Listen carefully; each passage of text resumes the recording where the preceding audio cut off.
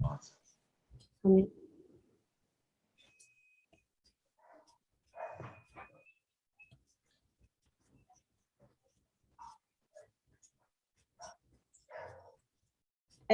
Antes de começar a apresentar, só fazer uma atualização da semana passada. Com o outro grupo de mentores de professores, a gente tinha avisado que, por alguns motivos, que a gente pode entrar em detalhes depois, a gente resolveu pivotar o tema. E essa semana a gente já trouxe o tema novo que a gente escolheu, e aí eu vou apresentar ele aqui para vocês, e aí depois a gente pode conversar melhor sobre isso. Então, era qual o tema de vocês, só para eu entender? Era Idosos, né? idosos, Idosos? Educação era aquela inclusão tecnológica, né? Acessibilidade tecnológica. Acessibilidade para tecnológica. Então, esse mudou de nome, né? Beleza, eu vou mudar aqui. Vou compartilhar. Vocês estão vendo o slide? Sim. Sim. Perfeito. Então, já começando no nosso novo tema, né? A gente mudou para auxílio a adultos com TDAH. E para começar a falar sobre esse tema, a gente pode começar definindo o que é TDAH. TDAH, para quem não conhece, já começando pela sigla, é um transtorno do déficit de atenção com hiperatividade. E ele se caracteriza por ser um transtorno neurobiológico. A maioria das pessoas nasce com TDAH já e aparece geralmente na infância e frequentemente acompanha o indivíduo durante toda a vida dele. O transtorno ele é caracterizado principalmente por desatenção, inquietude e impulsividade, principalmente em crianças a gente consegue visualizar essas características melhor. Trazendo aqui alguns índices de TDAH, certo? Nos lugares do mundo em que foi pesquisado, que não é o mundo inteiro, muitos países ainda não reconhecem direito o TDAH. É uma doença subnotificada. Ocorre em 3 a 5% das crianças no mundo e pelo menos metade dos casos dessas crianças, o transtorno acompanha elas durante a vida adulta. Tratando da situação da vida adulta, só no Brasil, o transtorno atinge pelo menos 2 milhões de pessoas adultas, certo? E entrando nesse ponto, a gente pode se perguntar como é que é ter TDAH na vida adulta.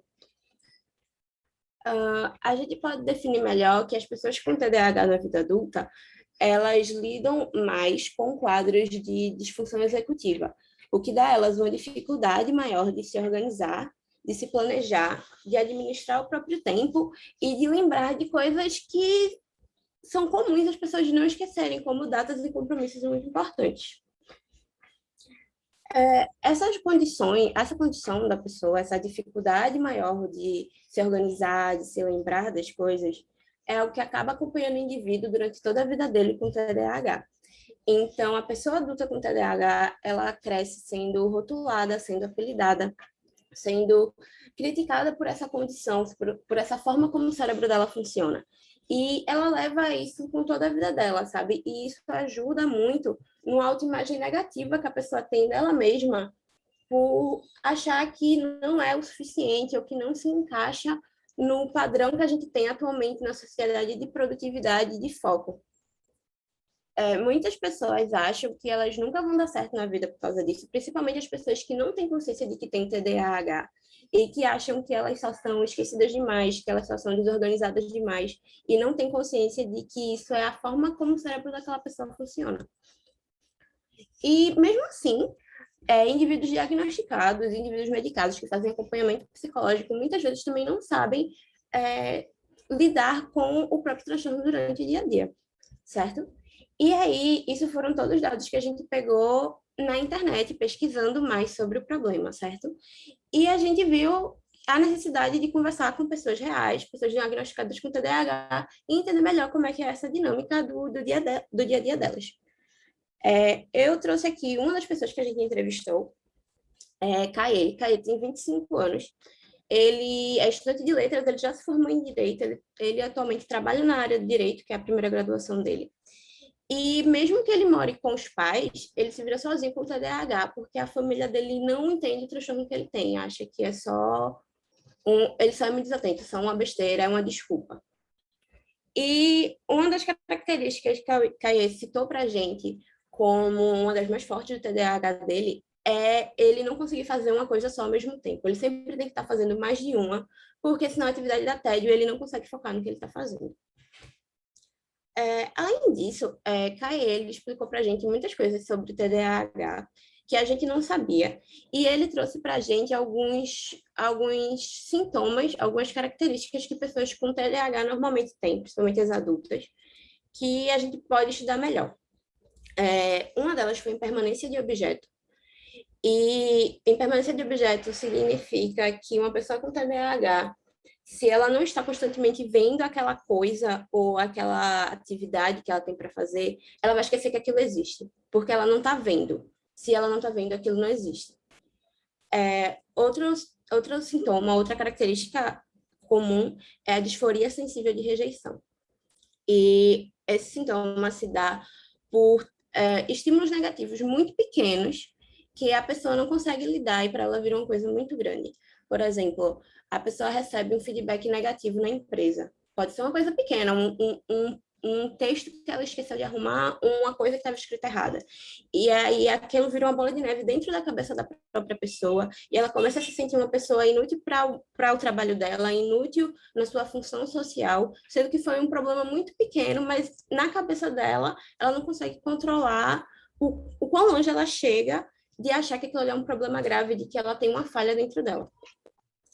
E outra característica era a hiperfixação, que é a pessoa realmente ficar obcecada por alguma coisa, mesmo que aquilo não seja uma prioridade na vida dela, uma atividade prioritária que ela tinha que fazer, mas ela simplesmente ficou obcecada com aquilo e ela consegue passar horas sem parar de estudar naquilo, ou consegue passar semanas fazendo só aquela atividade e abandonando todo o resto que ela tem que fazer durante a semana, o que atrapalha muito a vida da pessoa. Nesse sentido, a gente pensou em formas que ajudam a pessoa a lidar com essas características de TDAH, certo? Isso aqui foi coisas que a gente também conversou na entrevista, as pessoas falaram para a gente da vivência delas, de como coisas que poderiam ajudar elas e que elas não conseguem achar. E aí, uma das coisas que o entrevistado falou, Caê, foi que as coisas importantes sempre precisam estar visíveis para ele, mas de forma limpa. Então, por exemplo, se ele acaba tendo uma lista muito grande de atividades, aquilo não vai funcionar, porque o visual é muito poluído, ele não consegue olhar para aquilo ali e perceber alguma atividade que ele está esquecendo. Falaram muito, tanto ele quanto outros entrevistados da gente, falaram muito sobre sistemas de recompensa, que é uma coisa muito importante para dar um estímulo para aquela pessoa para focar nas coisas que ela precisa, mas ao mesmo tempo a falta de tato da maioria dos aplicativos, os sistemas de recompensa que a pessoa usa para focar, dá um estímulo muito negativo. Por exemplo, a pessoa dizer, você não conseguiu fazer isso aqui hoje, então, tipo, você não conseguiu terminar uma atividade e aí você não consegue ganhar a recompensa que aquela plataforma iria lhe dar, sabe? E a questão da ajuda na priorização de tarefas. Como a gente falou da hiperfixação, é um problema muito grande para as pessoas com TDAH priorizar quais tarefas elas precisam fazer primeiro, porque elas vão fazer aquela tarefa primeiro e não pular para que elas acham mais interessante. Nesse sentido, a gente procurou ferramentas que as pessoas comumente usavam e porque as pessoas usavam ou porque as pessoas abandonaram, uma coisa que a gente percebeu muito nas pessoas com TDAH era a tentativa de conseguir se organizar, mas acabar abandonando a médio e curto prazo, sabe? E aí, assim, todas as pessoas que a gente entrevistou tinham uma série de aplicativos e plataformas que já tinham tentado usar, mas que por algum motivo não tinha funcionado, que a pessoa por algum motivo já tinha abandonado depois. E a gente perguntou por que a pessoa abandonava aquelas plataformas, porque ela não conseguia continuar usando, sabe? E a gente trouxe algumas coisas que as pessoas falaram que casam muito com os sintomas que as pessoas têm, que realmente esses aplicativos não se preocupam por não serem aplicativos voltados a TDAH. Então, essa questão da falta de priorização de atividades, realmente, o foco em produtividade, em vez de pensar, por exemplo, no emocional da pessoa com TDAH, em vez de pensar em mostrar que ela fez alguma coisa, apesar de não ter sido muito, A questão do tempo ser mais valioso que a atividade, aplicativos como o Forest, por exemplo, que trabalham com sistema de recompensa, eles trabalham com medida de tempo. E muitas vezes a medida de tempo, ela não vai significar atividades concluídas. E aí a pessoa pode se perder muito nessa contagem de tempo e atrapalha muito ela e desestimula muito ela, porque a pessoa pode não conseguir focar meia hora do dia, mas ela pode ter conseguido terminar duas coisas, sabe? A questão do estímulo à competitividade, que tem que ser uma coisa muito bem regrada, sabe? Porque o estímulo à competitividade pode dar um estímulo negativo de que eu estou vendo uma pessoa ser mais produtiva do que eu, isso significa que eu não sou bom o suficiente. E a questão de interface poluída. A maioria dos aplicativos, por exemplo, o Evernote, o Notion ou o Focus To Do, eles têm... Hoje não tem um sistema de organização específico, é tudo muito fluido, então é muito fácil ficar muito texto na tela, ficar muita task de um jeito só, e a pessoa realmente não consegue lidar com aquilo ali, é uma coisa muito poluída para ela. Nesse mesmo sentido, a gente achou uma atividade muito positiva que as pessoas com TDAH costumam fazer para poder focar. E aí é o Body Double. Não necessariamente é uma coisa feita online, algumas pessoas conseguem fazer junto com outras pessoas de casa, outras pessoas tentam fazer live na internet para isso, ou ficar em call de Discord, que significa você realmente ter alguém do seu lado fazendo alguma coisa. As pessoas com TDAH, elas focam melhor quando elas veem que tem outra pessoa focando junto com elas. Não é necessariamente o mesmo assunto, as pessoas não estão necessariamente conversando, mas ela perceber a presença de outra pessoa que também está estudando de forma não competitiva ajuda muito no foco, certo? E eu acredito que era isso. Essas foram as informações que a gente conseguiu coletar com pesquisa e com entrevistas durante essa semana que a gente trocou de tema. E a ideia é que nas próximas entregas a gente corra um pouquinho com as coisas que estão atrasadas nesse novo tema e trabalhe em cima desse tema agora. Obrigada. Obrigado, Iris. Comentários, perguntas por parte dos colegas?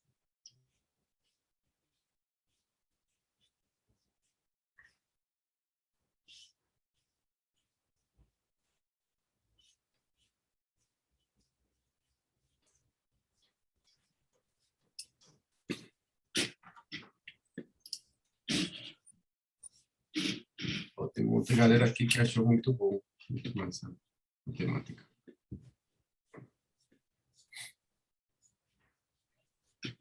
Fernando? Parabéns, Iris, ao grupo aí. E você disse que começaram, vocês pivotaram. Esse não é seu primeiro contato com o assunto, não, né?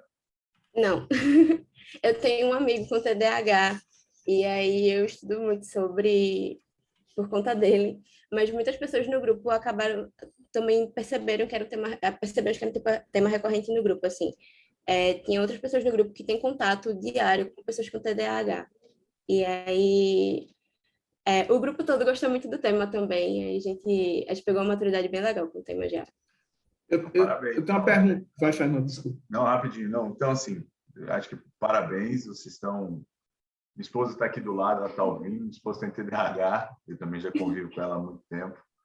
E vocês são de parabéns, é bem nessa linha mesmo aí. O problema bem relevante, vocês pegaram um compilado bem interessante, já tem uma possível adopter aqui do lado, para vocês falarem aí. Mas aí dá um oi para ela. Eu vi o tema, eu chamei ela aqui, ela foi. Parabéns, Iris. Foi muito bem explicado, muito bem abordado. É de fato tudo isso aí que você colocou. Muito obrigada. Pronto.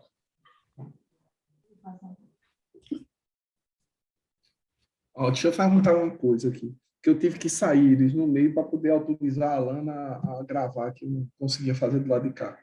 Aí, vocês falaram de TDAH, mas já falando adultos, foi o que eu entendi? Foi. O nosso foco era em pessoas adultas. Tá. É porque eu também tenho um filho com TDAH, entendeu? Ele já tem mais de 20 anos, mas eu sei como é que é o negócio.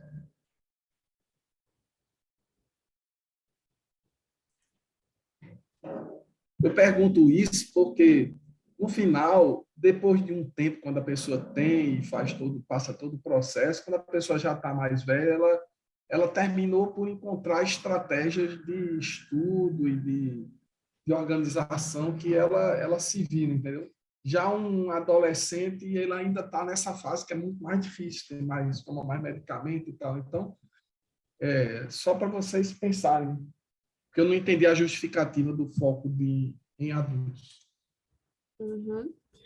Não foi exatamente a justificativa, foi mais um recorte mesmo. Quando eu estava procurando soluções também, a gente viu que tinham muitas soluções para acompanhamento de crianças, mas, assim, plataformas para se organizar, para ajudar na rotina de pessoas com TDAH especificamente, a gente não encontrou nenhuma. Era sempre, Tá. tipo, uma plataforma normal que as pessoas usavam, sabe? Tipo, Entendi. um Notion, um Focus To Do, essas coisas. Entendi. Mas entre o adulto e a criança, só eu estou aqui provocando, certo?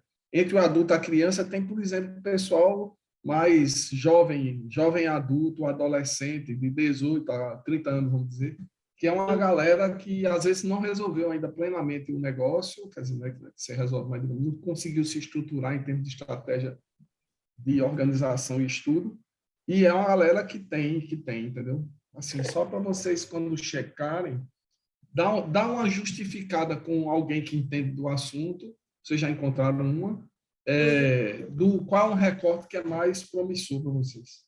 Ok. Eu acho que, assim, nesse caso, a gente engloba jovens e adultos, porque nossas entrevistas pegaram pessoas de 25 anos, 28 anos, sabe? Então, eu acho que esse recorte pega bem tanto um público um pouco mais adulto, quanto a situação do jovem também, porque as pessoas também não terminaram ainda de, como é que eu posso dizer, aprender a lidar com o TDAH. A gente não quis focar 100% mesmo num público mais infantil mesmo, tipo a criança, porque a gente achou que realmente o acompanhamento mais profissional nesse caso é o mais indicado. Entendi. Na verdade, é um escopo negativo, né? É não criança, né? O resto pode entrar. Beleza. Isso, Bastante. precisamente. Beleza. Perguntas mais? Se não, digam aí, por favor, no chat. Uma dica, né? Embora já deram uma visão geral, seria importante vocês entenderem muito bem a jornada de uma pessoa que tem TDAH, né? Para entender em que ponto dessa jornada que poderia ser importante fazer alguma coisa, propor alguma solução, né? Por enquanto, vocês estão entendendo o problema, a relação com os usuários, certo? Então, é relevante mapear dentro dessa jornada, ok, a gente pretende trabalhar aqui, né? Nessa parte aqui, né? E dê uma olhada para soluções específicas para TDAH, né? Porque o que vocês apresentaram aqui, de alguma forma, obviamente, como foi apresentado, são gambiarras, mas provavelmente deve existir já algum tipo de artefato, seja físico ou digital, pensado para efetivamente esse público, né? Uhum.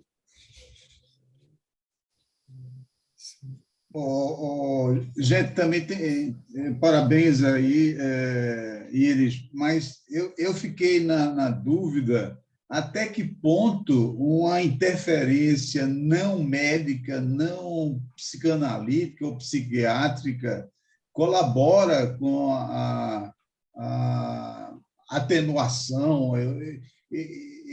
Eu não sou da área de saúde, eu não sei explicar isso, mas até que ponto a literatura considera que as potenciais soluções são médicas ou não médicas? Ou seja, tem questões que são de natureza genética e natureza ambiental. Como é que se classifica isso na literatura? Eu estou me sentindo sem meios para comentar, porque é uma temática que tem uma interface muito grande com a saúde, né? Aspectos da medicina que eu não detenho. Então, seria importante você trazer evidências de que uma intervenção ambiental, com um instrumento, um artefato, pode ajudar na atenuação da disfunção, mas isso eu não sei como tratar. Se quiser, depois, assim, tem as duas questões, né? Tem transtornos que são causados por questões, vamos dizer, bioquímicas que geram você ter uma pequena diferença no funcionamento vamos dizer, do circuito cerebral ali, por exemplo, em relação à atenção, coisas desse tipo. E aí a intervenção medicamentosa atua a melhorar, trazer mais equilíbrio para essa questão. No entanto, também, como tudo de saúde mental, tanto que pode observar, não se usa o termo doença, porque doença, para ser preciso, tem que ter um biomarcador específico, tem toda uma questão lá. Então, se fala de distúrbio, transtorno, tem as diferenças aí, eu acho que no caso é transtorno. Porque tem diferentes níveis, mas tem também a questão comportamental. Então, tem muitas questões que, quando você lida com essa parte de saúde mental, tem também como você... É o que a gente sente, né? Tem o que é fisiológico, mas tem também a importância de como a gente reage àquilo que a gente vive e àquilo que a gente sente. Então, eu até entendo, Fernando. Aí é o professor Fernando falando, mas eu quero ver a Iris e a equipe apresentando essa problemática para a gente. Uhum. Não, mas claro assim, que... Vai. Tranquilo, mas assim, não sei se é por estar mais perto do problema, desse tipo de questão, quando ela coloca esses depoimentos, por exemplo, de como às vezes um feedback negativo ou essa própria característica de você focar gera toda essa questão da percepção, e essa percepção em saúde mental você tem muitas dessas questões de comorbidade, você tem um transtorno vem e você tem um outro que se associa. Então, você tem, por exemplo, tem o TDAH, às vezes você tem um distúrbio de ansiedade associado, ou tem uma leve depressão. Ou Asperger, ou dislexia. Você pode ter isso, você acaba tendo outros, entendeu? Então, essa questão de você ter ferramentas ou processos que possam auxiliar a pessoa a se sentir porque todos somos diferentes, né? Mas às vezes a gente compara todo mundo, trata aquilo que é o, entre aspas, normal, que é menos diferente. Então, você tem essa percepção social no dia a dia, quando todo mundo tem suas características, suas qualidades e suas fraquezas, vamos dizer assim, né? Potencialidades, não tão potencialidades. Então, esse tipo de questão impacta bastante, mas são pessoas que têm... por outro lado, também, quando elas têm dificuldade para focar em algumas coisas, nas outras têm muito foco, têm muita energia, conseguem também sintetizar muitas coisas. Então, de fato, não é só a intervenção medicamentosa que tem efeito de saúde mental. Tanto que você tem a questão da própria da intervenção, vamos dizer, de terapia, de autoconhecimento, e de você também aprender a lidar com essas ansiedades, com expectativas, né? Como lidar com expectativas e como lidar com feedback. Então, de fato, tem impacto, sim. Agora, entendo.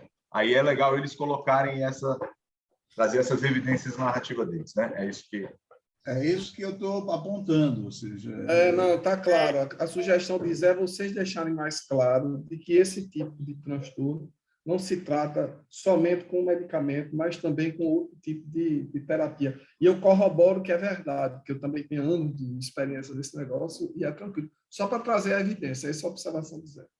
Tá certo. A gente viu isso durante as pesquisas e durante as entrevistas. No escopo da apresentação, a gente acabou não colocando, mas uma coisa importante também que eu acho que vale a pena comentar é que a gente procurou só entrevistar pessoas com TDAH diagnosticadas e que atualmente têm acompanhamento psicológico, certo? Então, até inclusive, se for o caso de a gente precisar de algum contato com esse psicólogo, a gente consegue com mais facilidade para entender alguma coisa que a gente não entenda, sabe?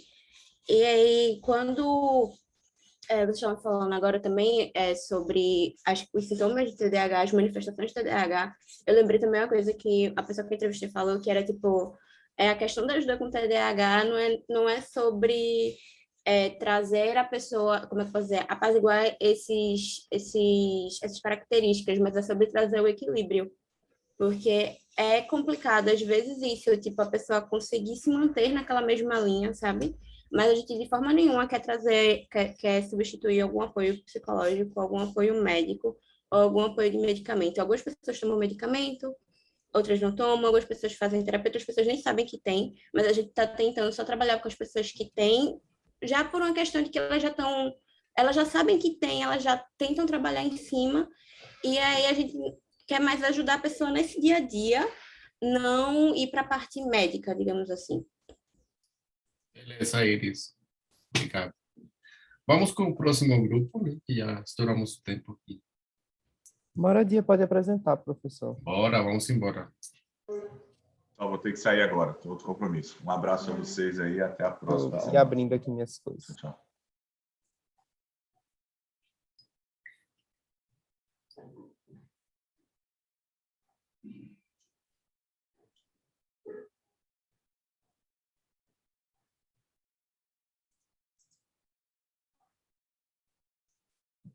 Vocês estão conseguindo dar uma olhada? Dar uma olhada não. Vocês estão conseguindo tá ver bom. a tela, né? Certo. Pode Tá, começar quando só, quiser. tá, deixa eu só abrir meu tempo aqui também para não me perder muito, né? Vamos embora. Então, bom dia, pessoal. A gente é o grupo de Moradia Compartilhada. A gente está aqui para apresentar um pouquinho para vocês a nossa evolução essa semana. Bom, só recapitulando um pouquinho do que a gente já apresentou antes, o Brasil ele possui hoje cerca de 8 milhões de jovens universitários, e desses 8 milhões de jovens, quase 2 milhões tiveram que sair da casa da família para estudar. Essa informação presente no Censo da Educação Superior do MEC do ano de 2018. Essa questão de você ter que sair de casa para estudar, ela é uma situação que infringe bastante desafios, ainda mais para jovens na faixa de 18, 23 anos. E uma forma que eles têm de enfrentar esse desafio é de compartilhar a moradia com outros jovens. Então, eles investem num esquema de moradia compartilhada, onde esses jovens que têm interesses semelhantes, que são do mesmo curso, ou que têm alguma relação em comum, ou que às vezes nem têm uma relação em comum a priori, acabam se reunindo em pequenos grupos para dividir a moradia. Então, a gente foi a campo, fizemos um formulário com pessoas que estão nesse perfil de pessoas de 18 a 23 anos e que tenham alguma experiência de moradia compartilhada. A gente teve uma participação ampla, mais de 108 respostas, e com eles a gente percebeu que nem tudo são flores quando a gente precisa dividir uma casa com outra pessoa. É uma experiência que também tem lá seus desafios. E dentre os desafios que os nossos entrevistados citaram, a grande parte dos desafios que eles citaram foram justamente o do dia a dia da casa. Então, de fazer o gerenciamento dos afazeres domésticos e também o gerenciamento das finanças de uma casa. Então, na parte de gerenciar os afazeres domésticos, eles perceberam que, apesar da divisão ter sido realizada a priori, naquele esquema do conversado, sempre dá jeito, sempre era difícil na hora de garantir a execução das tarefas. Então, tem que ficar pegando no pé, ou então, às vezes, a pessoa acaba não podendo fazer uma coisa e não consegue se reorganizar, tudo isso acaba criando um certo atrito. Mas também o grande campeão, claro, é óbvio a questão da divisão financeira, né? Então, nesse campo, você pode imaginar a maior quantidade possível de gambiarra. Então, era gente que precisava cuidar, que botava uma pessoa sozinha para fazer as coisas, às vezes, inclusive, contra a vontade da pessoa. Ou então, se tem, mais uma vez, um conversado e dizer, não, a gente divide tudo igual, e no fim do mês a gente vê, mas isso também sempre dava problema. Ou então se usava de um caderninho para anotar as despesas, ou de uma planilha mal organizada que está lá, que só uma pessoa tem acesso, então, sem muita transparência. Então, tem mais todos os tipos de problemas também nessa área, né? Nesse sentido, então, a gente chegou à conclusão, né, que é um marco que a gente tem, de que o ambiente de moradia ele precisa ser um ambiente tranquilo para o universitário, porque o curso em si já demanda muito da pessoa, já é uma coisa estressante. O ato de estudar, às vezes, o ato de você ter que estudar, de ter um compromisso, ele também demanda muita energia. Então, você precisa ter uma forma de poder, pelo menos na sua casa, ter um ambiente tranquilo, né? Então, nós nos perguntamos como é que nós poderíamos causar um impacto na nossa própria comunidade, porque nós somos também um grupo de estudantes universitários, né? E a gente chegou à conclusão que a nossa proposta seria de facilitar a gestão da moradia compartilhada de forma leve.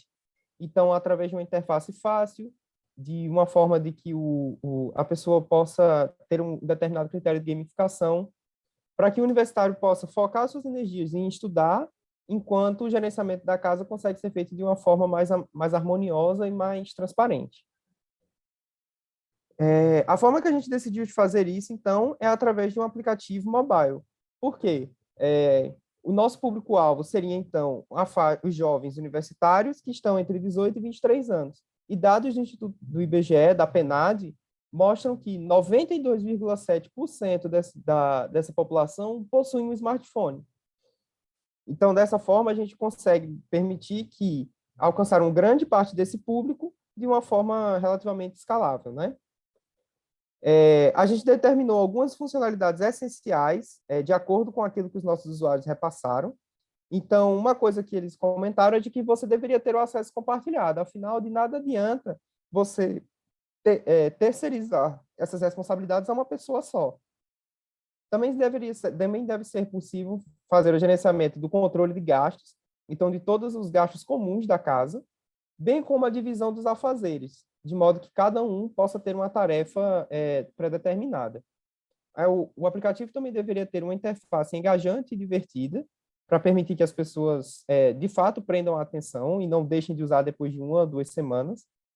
Além do fato também de permitir o uso de lembretes, porque às vezes você precisa de um lembrete para pagar uma conta, ou então para fazer alguma atividade que você não lembra na correria da universidade. A gente, então, apresentou essa proposta para alguns usuários, algumas pessoas que a gente entrevistou a priori, e os comentários deles foram bastante positivos. Eles também citaram algumas das gambiarras que eles usavam, como Vinícius comentou de que tem que ficar avisando no WhatsApp, procurar para o que tem que fazer e tudo mais. E a ideia de centralizar essa gestão também mostrou-se bastante atraente para ele. Mas, como a gente comentou, tem algumas coisas que já existem por aí, né? Alguns aplicativos que já fazem parte desse ecossistema. Dentre eles, o AnyDo, o TreeCount, o próprio uso de planilhas no Drive e o Nipto. E, para isso, a gente, então, separou alguns gráficos de estratégia, né? E a gente percebeu o seguinte, que o TreeCount, ele é um bom aplicativo para fazer o gerenciamento de gastos e de dívidas, mas não é um aplicativo tão bom para a gente fazer, por exemplo, a atribuição de tarefas ou até mesmo o gerenciamento dos afazeres domésticos da casa. A gente também verificou que o AnyDo também é um aplicativo que tem um preço mais salgado, porque ele funciona através de assinatura, e que ele não tem embora ele tenha uma boa sincronização com a internet, e permita que você possa organizar o seu dia, ele peca no registro de gastos e no gerenciamento de dívidas, que não tem suporte.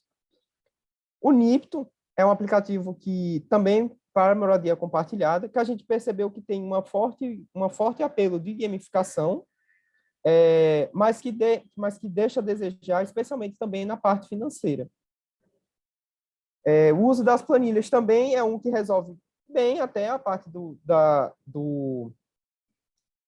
das dificuldades financeiras, mas que ele tem uma interface também que não é de fácil acesso. A pessoa precisa ter um conhecimento prévio de como funciona uma planilha para que ela possa fazer as coisas direitinho, né?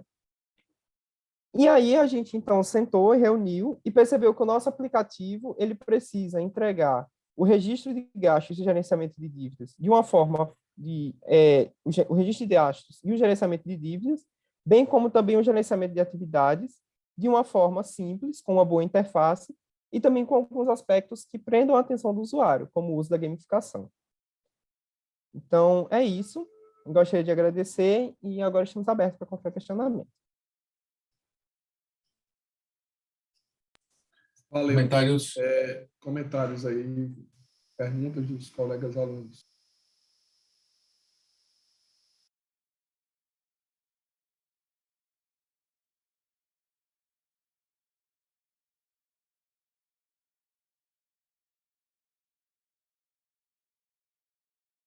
Acho que nenhum.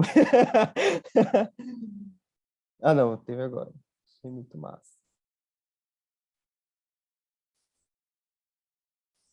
Obrigado.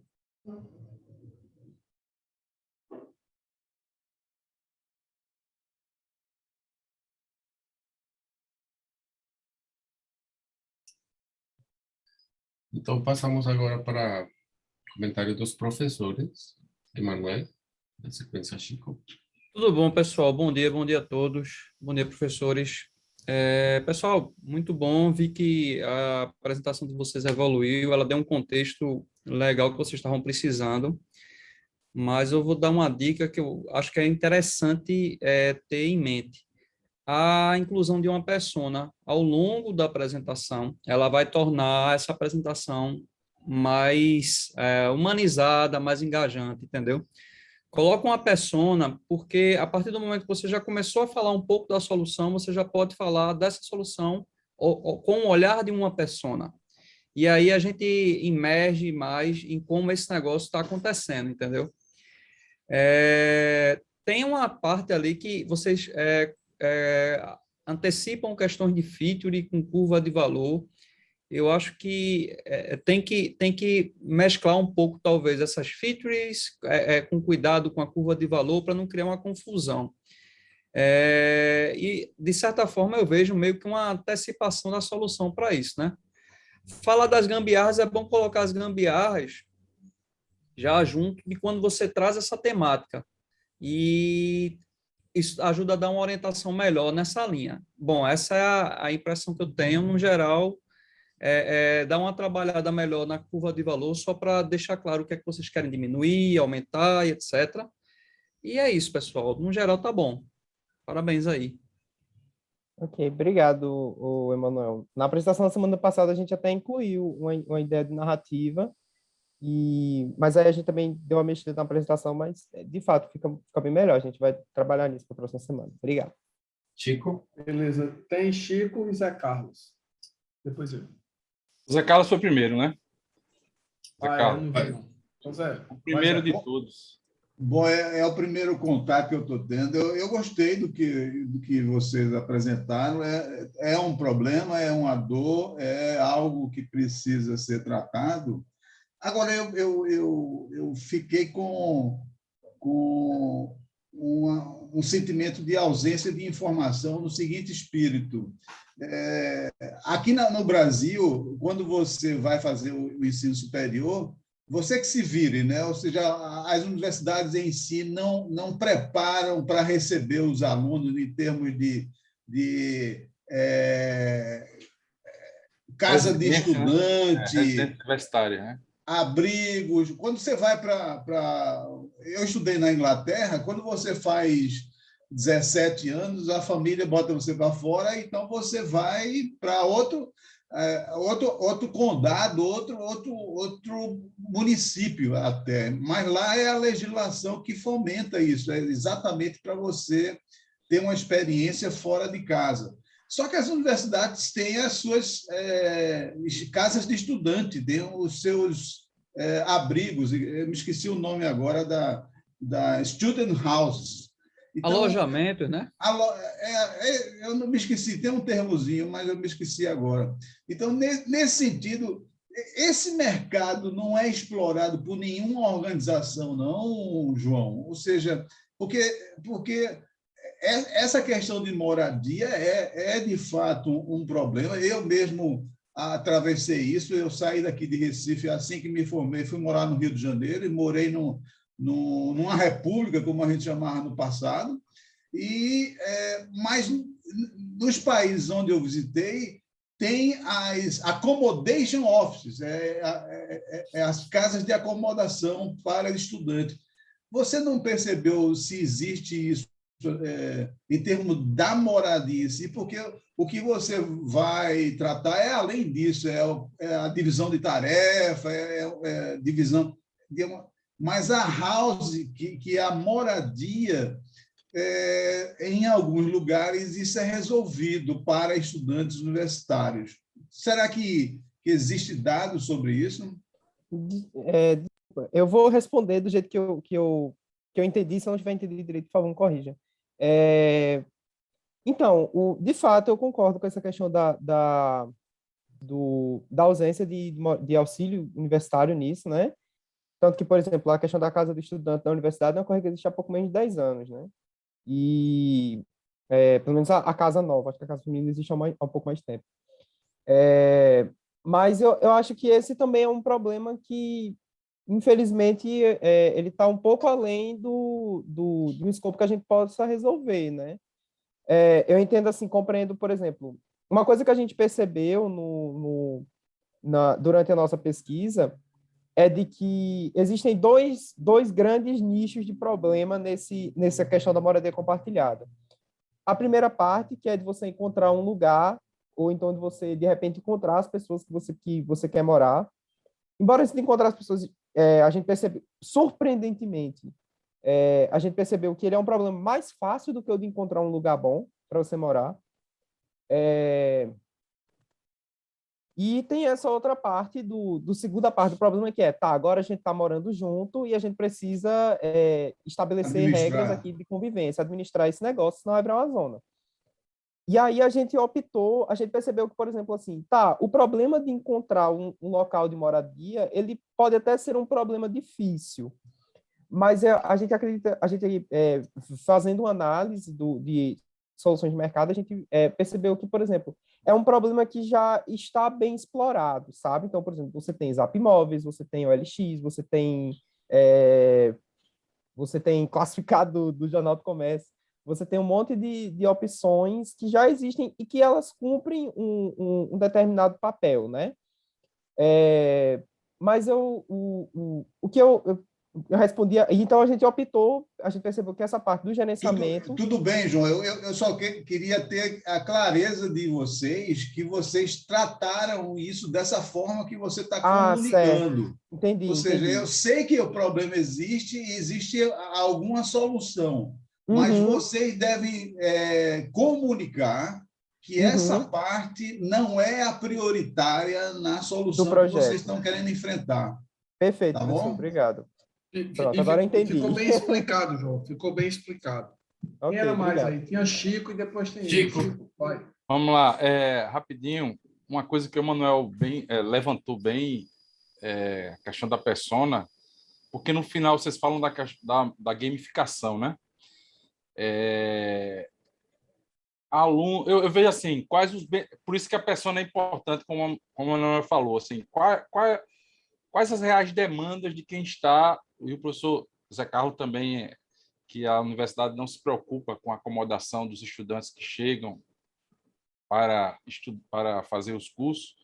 Então, qual é a real necessidade? É só a moradia per si ou outras questões que também estão por trás? E aí, eu faço pelo seguinte, você tem todo um ecossistema do lado da universidade que vive de moradia, do pessoal que circula na universidade, principalmente aí na UFPE. Eu não sei agora com essa pandemia, mas na UFPE, essa parte aí do lado, os bairros do lado, desenvolveram bastante exatamente professor morando, você melhorou um monte de coisa aí do lado. Cara, um sistema, não sei só gamificação, mas de cashback, alguma coisa, que criasse incentivos para ajuda mútua, para compartilhamento de trabalho, uma série de outras questões. Eu estou só dando uma dica aqui. Por isso que a persona, como o Manuel, eu estava tentando ver como é que a gente qualificaria as demandas, né? Pronto, é a persona. A persona vai qualificar realmente as demandas e talvez essa hipótese que vocês estão trazendo hoje está muito bem, tá bem sequencial a coisa e tal, é fazer logo o teste para ver se o pessoal precisa disso mesmo, para desenhar essa persona com as suas demandas e, a partir daí, você desenhar o tipo de solução, entendeu? A gamificação é interessante, certo? Mas será que é isso realmente que essa turma precisa? Existem outras demandas concretas, né? Materiais, reais, do aluno que está em residência universitária ou que está compartilhando alguma república. E, de repente, era isso que vai motivar eles a compartilharem também melhor os seus trabalhos em casa, dividir melhor as contas e por aí vai. Você está entendendo? Então, com essa persona, eu acho que já melhora a abordagem para a solução, né? Porque você qualifica melhor as demandas. Isso é que eu imagino. Sobre essa questão, professor, eu acredito que assim, a gamificação não seria bem algo para funcionar melhor o aplicativo. Acho que só seria uma forma de deixar mais leve, mais simples, porque de engajamento, alguns também, mas é porque alguns dos usuários que a gente conversou, eles comentaram que às vezes gera um tipo de chateação quando eles vão cobrar de outro colega, né? Gera um tipo de chateação. Então, de repente, se a gente apresentasse uma interface assim, tranquila, engraçada, talvez, se a gente usasse um linguajar meio jovial, e que meio que desse um jeito de cobrar isso de uma forma leve, assim, talvez se tornasse mais uma brincadeira, uma coisa divertida, um jogo, do que uma cobrança chata entre amigos, sabe? Essa é mais ou menos a nossa ideia. É que eu tenho um defeito sério de ser economista. Aí eu penso assim, bom, o cara é movido pelo que dói mais, né? Que é o bolso. Aí se tiver algum sistema de cashback, de alguma coisa que ele ganhe, já que ele está numa situação também de limite ali de orçamento, e aí incentiva ele a trabalhar mais, fazer mais alguma coisa, minha cabeça... Por menos você está certo, tá certo. A questão da gamificação, você pode... Mas é uma ideia interessante também, professor. A gente pode discutir de repente, porque eu nesse sentido também eu sou meio chato, por exemplo. A coisa mais difícil do mundo, por exemplo, eu baixo um aplicativo para fazer determinada coisa, aí dá uma semana eu paro de usar, aleatoriamente. Então, eu também acho que o apelo da gente com essa parte da gamificação é mais também de manter a pessoa presa dentro do... o engajamento, né? É horrível, o engajamento. Né? Mas assim, que a pessoa não seja uma coisa que a pessoa usa uma semana e depois largue, sabe? Entendi. Ô, Léo, ainda tem um tempo. Vai rapidinho. Ô, João Pedro, põe tua curva de valor aí. Põe assim, só um minutinho. Deixa eu botar. Eu vou na mesma linha dos meus colegas, mas vou falar de outra coisa, certo? Eu acho que a proposta única de valor não está clara, entendeu? Assim, primeiro, assim, quando você desenha, normalmente, fora preço, certo? Você desenha as suas coisas subindo aqui. O seu gerenciamento de dívida tem que vir antes de registro de gastos. A notificação de atividade tinha que vir antes, porque são as coisas que você vai diminuir ou fazer pouco. Depois você vai fazer algumas coisas mais e depois você vai ter coisas que só você entrega. Isso são features, mas todas essas features existem, e sobretudo as que só você entrega, em função de uma proposta única de valor, que eu não entendi, porque vocês estão basicamente dizendo a gente vai ser melhor do que todo mundo em todas as coisas. Isso é uma péssima ideia, porque dá muito trabalho, vocês vão gastar um tempo danado para fazer o MVP de vocês, não necessariamente vocês estão focando numa possibilidade de oceano azul, entendeu? Então, aí, retomando o que sua colega disse, vamos fazer uma coisa mais engraçada. Aí tem que aparecer o fato de que os caras reclamam de quê no uso desses atuais sistemas? O cara acha que é complicado. O cara acha que não é engajante. Porque se gamificação é uma ferramenta que existe para entregar um valor se existe um problema, entendeu? Então, eu estou com dificuldade de entender a conexão do problema. A primeira parte você explicou muito bem, aliás, seus slides estão muito bonitos. Você explicou que, ok, a gente não vai se interessar por aluguel, encontrar aluguel para pessoas, ok, porque já tem muita coisa no mercado.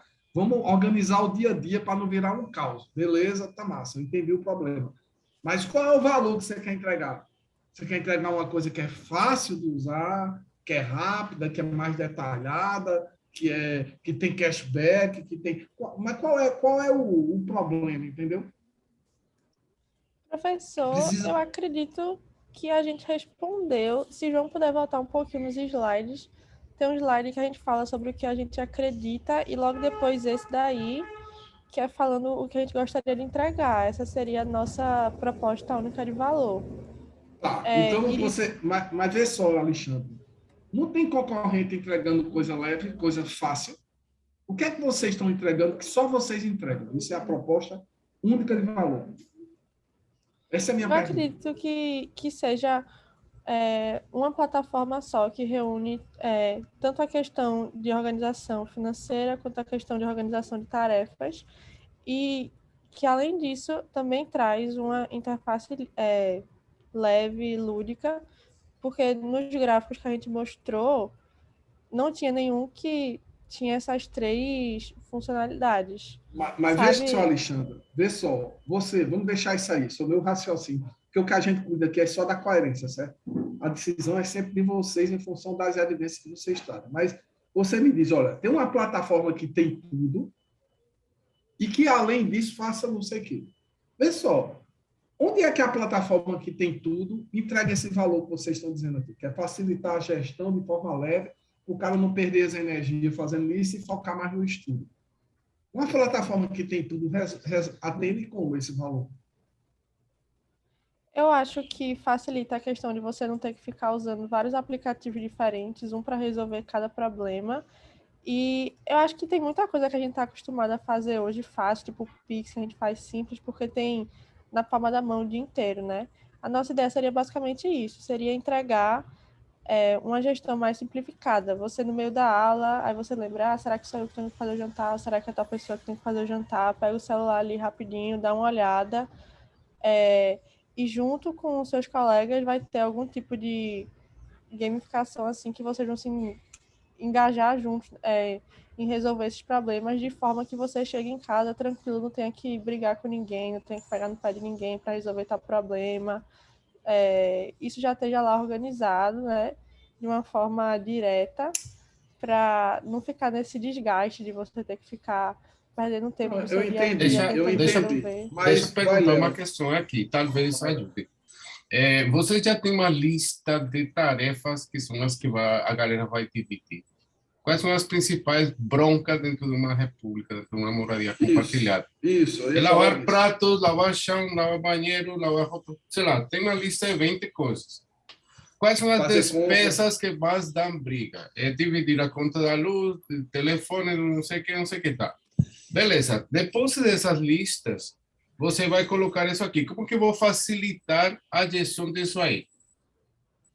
E, eventualmente, aí nós damos um próximo passo mais tangível do que nós queremos fazer efetivamente. Por exemplo, se o mais chato de uma casa é lavar pratos, como que eu poderia fazer para tornar isso lúdico, divertido, ou tudo mais? De repente, sei lá, o cara vira um DJ, né? Então, toda vez que está lavando o prato e começa a tocar música, ele começa a combinar músicas e sons.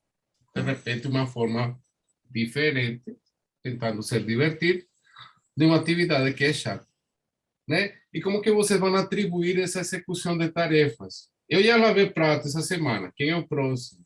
Né? Então, tem que entender um pouco mais em detalhe essas atividades para poder, de fato, ver como que isso se alinha. Né, Léo? E a dinâmica, por exemplo. Isso. E como é que atualmente as gambiarras, por exemplo, eu posso dizer, eu não me importo lavar o prato, então eu lavo mais prato do que os outros. Já eu não gosto de fazer outra coisa. Então, assim, Alexandre, eu ia dizer a mesma coisa que o Léo, vocês precisam um pouquinho mais fundo, dentro desse recorte que vocês fizeram, que está legal, precisam um pouquinho mais fundo para entender o que acontece lá dentro, para vocês proporem alguma coisa que é diferente, fundamental, que tem pelo menos uma coisa diferente do que existe na concorrência aí. Alô? Entender? Isso não está claro. Oi. Mano, está vazando aí teu telefone. Entenderam? João Pedro e... Mas está tranquilo, está encaminhado. Só que uma forma de você dar materialidade a esse conceito abstrato de facilitar a gestão é botar no inventário o que é que você vai facilitar, quais são as atividades que pretende facilitar e como vai fazer isso. Né? Beleza? Então, sugestão, pergunte às pessoas que moram com moradia compartilhada, quais são as tarefas mais enfadonhas, mais chatas, mais divertidas. Responda o chat aí, gente. Quantos vocês são aqui? Vamos tomar nota. Nesse meio tempo, vamos para preparar a última apresentação.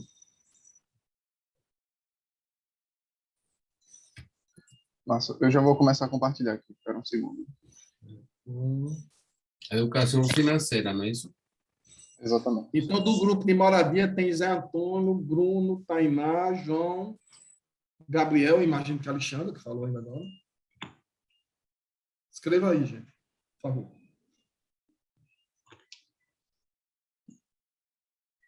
Seis. Quando quiser, pode começar. Tá bom. A gente vai falar um pouco sobre a educação financeira na juventude, especificamente, só lembrando que, como a gente não se viu na semana passada, a gente deu uma mini pivotada, não sei se vocês já acompanharam, mas a gente falava antes sobre educação financeira no ensino, especificamente no ensino escolar. A gente mudou um pouco esse tópico devido ao seguinte fator.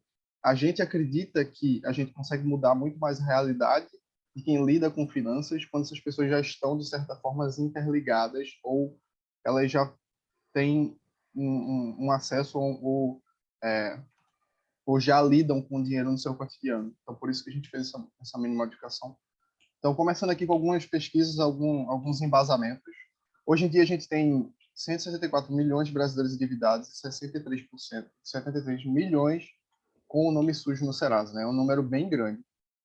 E muito desse problema está associado, como o Thiago Martonelli já falou, com não saber administrar bem as suas entradas e saídas mensais, e muitas dessas pessoas ficam no vermelho e terminam entrando numa bola de neve. Né? Então, o que é que a gente percebeu que está muito em falta nessas pessoas, nesse público? É o planejamento e manejo das finanças, noções básicas de dinheiro e suas transações, aplicação do conhecimento teórico da matemática básica para conseguir gerir seus recursos e noções de risco e recompensa. E com isso a gente montou duas personas que conseguem exemplificar bem algumas dores e alguns desejos que a gente enxergou. O primeiro deles, ele é um professor de inglês, ele também jovem, mas já tem seus 26 anos, já trabalha há alguns, imagino, 5, 6 anos. Então, no caso dele, suas principais dores estão muito a ver com constantemente gastar mais do que ganha, ou seja, essa pessoa não tem ela não consegue gerir bem seu dinheiro muito por falta de controle de entradas e saídas, então a gente percebe esse perfil associado àquele primeiro ponto que estava em pauta, mas apesar disso ele sonha muito em quitar suas dívidas, viajar para a Inglaterra, fazer algo diferente.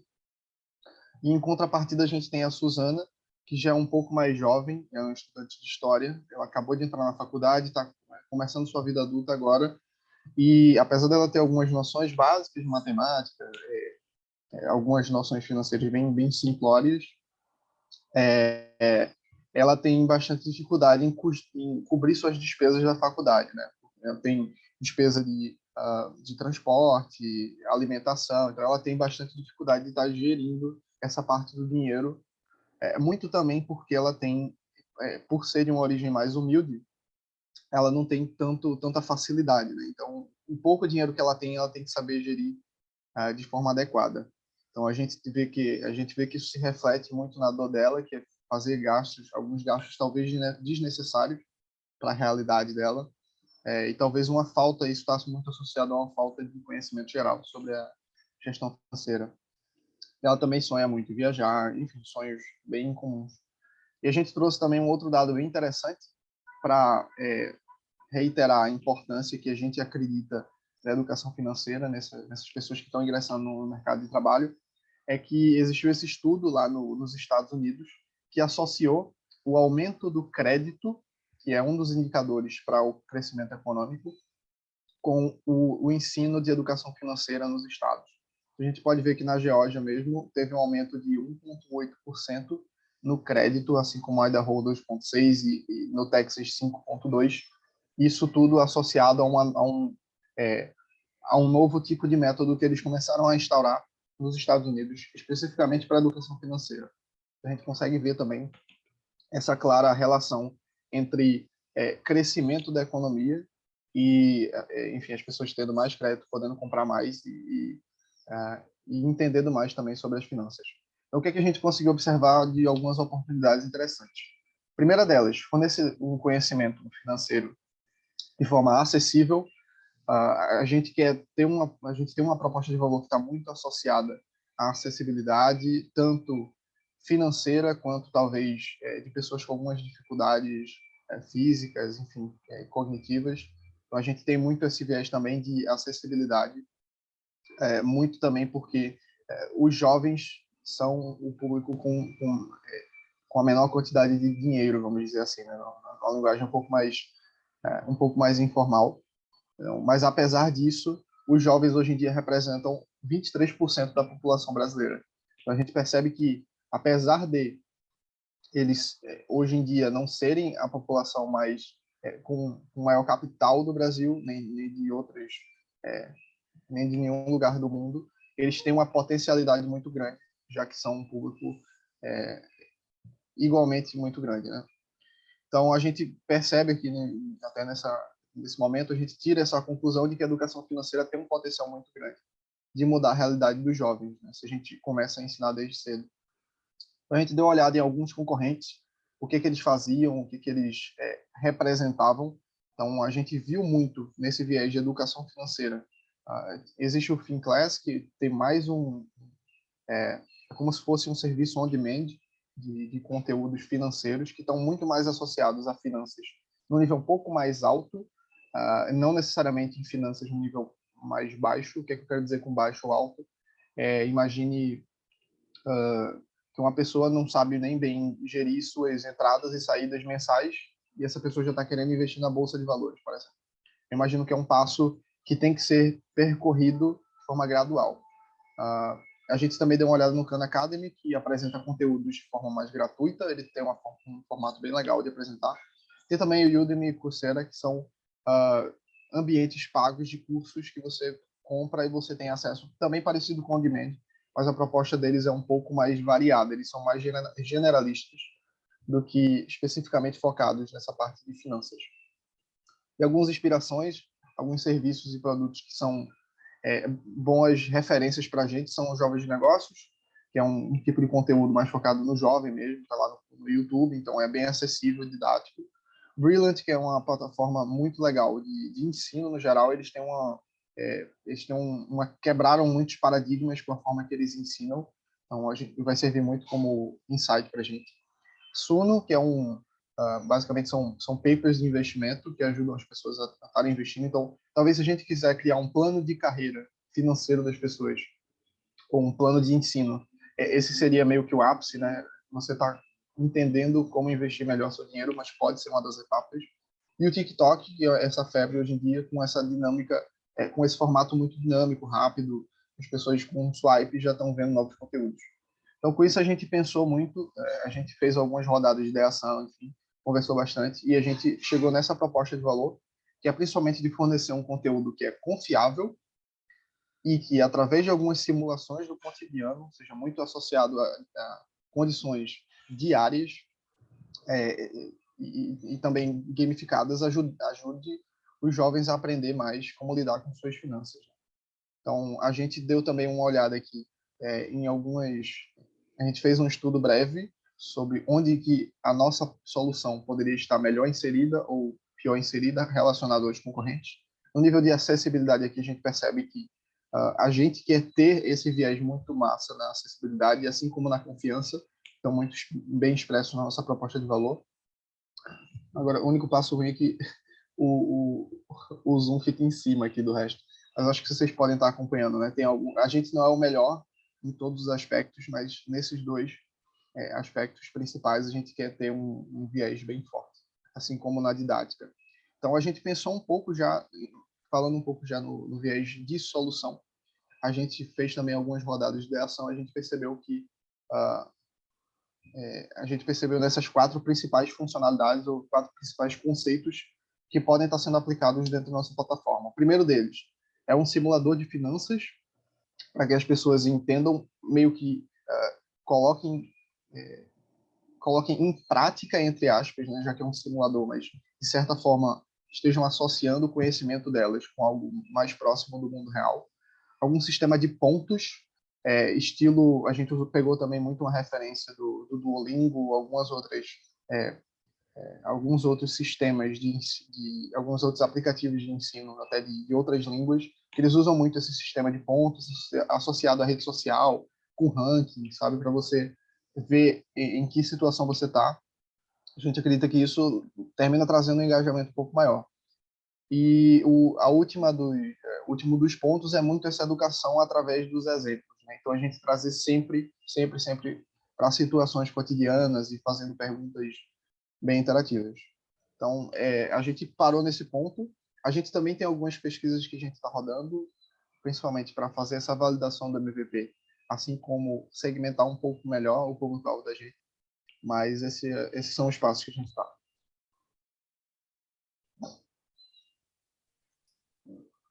Perguntas dos colegas, observações, questionamentos, sugestões?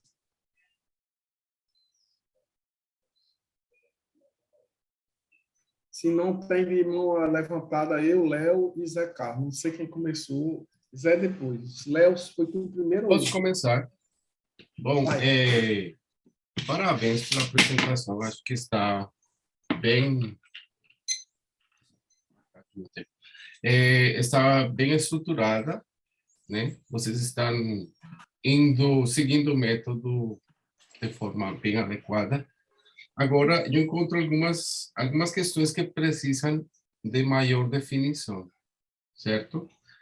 Por um lado, os usuários, né? Embora que vocês estão escolhendo uma faixa de jovens, certo? Não sei se ainda encontra-se muito genérico. Que tipo de jovem especificamente que vocês querem atingir? É um jovem de periferia? São mulheres jovens? Uma faixa mais específica vai facilitar as coisas lá na frente. Por quê? Porque vocês vão conseguir identificar e conversar com esses usuários de forma fácil. Porque senão aqui qualquer um encaixa e aí termina criando distrações, né? Quando você for perguntar sobre questões do projeto.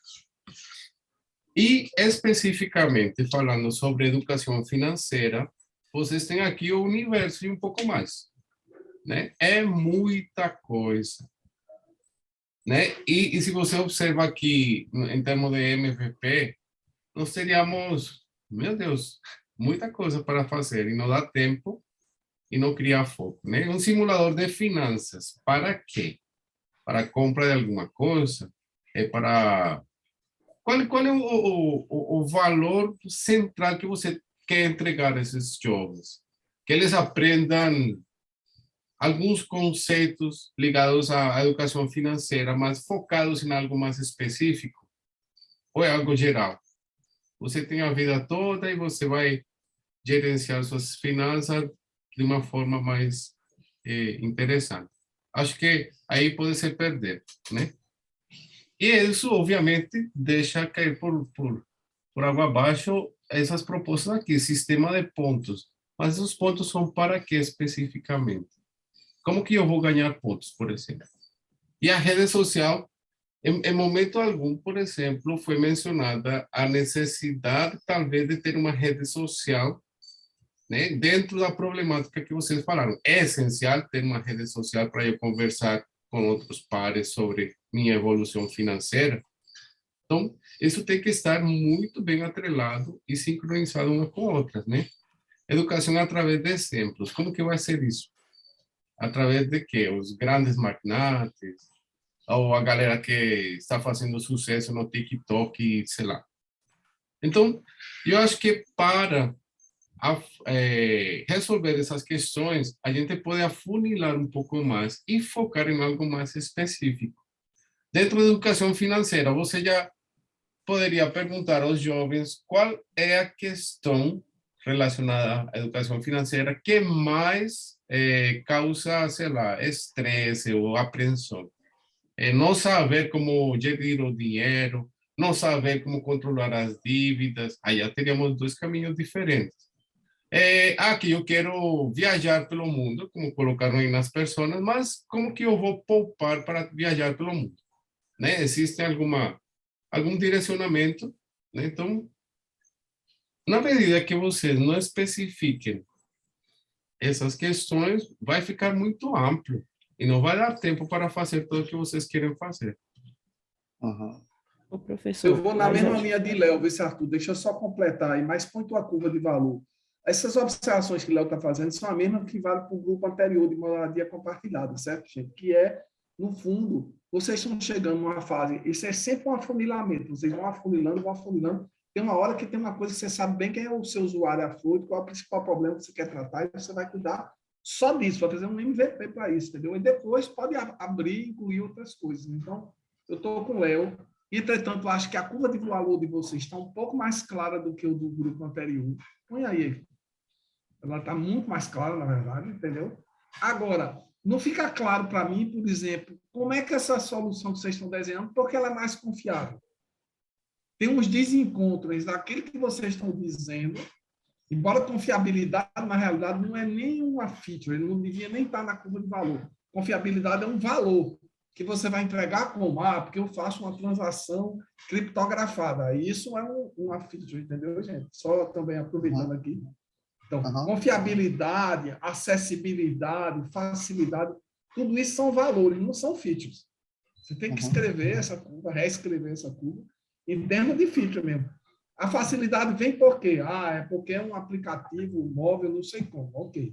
A acessibilidade vem por quê? Entenderam?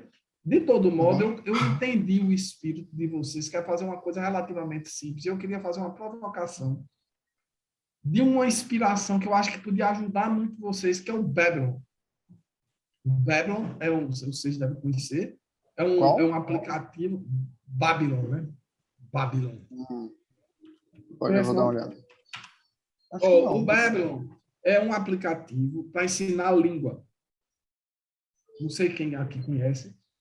Está muito no espírito que vocês querem, porque ele começa a fazer umas perguntas, aí tem um negócio, aí tem uma outra coisa, aí tem uma série de coisas que o cara vai fazendo como se fosse um jogo, e você vai colocando as situações ali, e a pessoa vai respondendo e vai avançando. É muito ágil, muito interessante, nessa linha do que Léo sugeriu. Eu acho que uma coisa como o Babylon podia ser uma... Babylon Dicionário é como é o nome?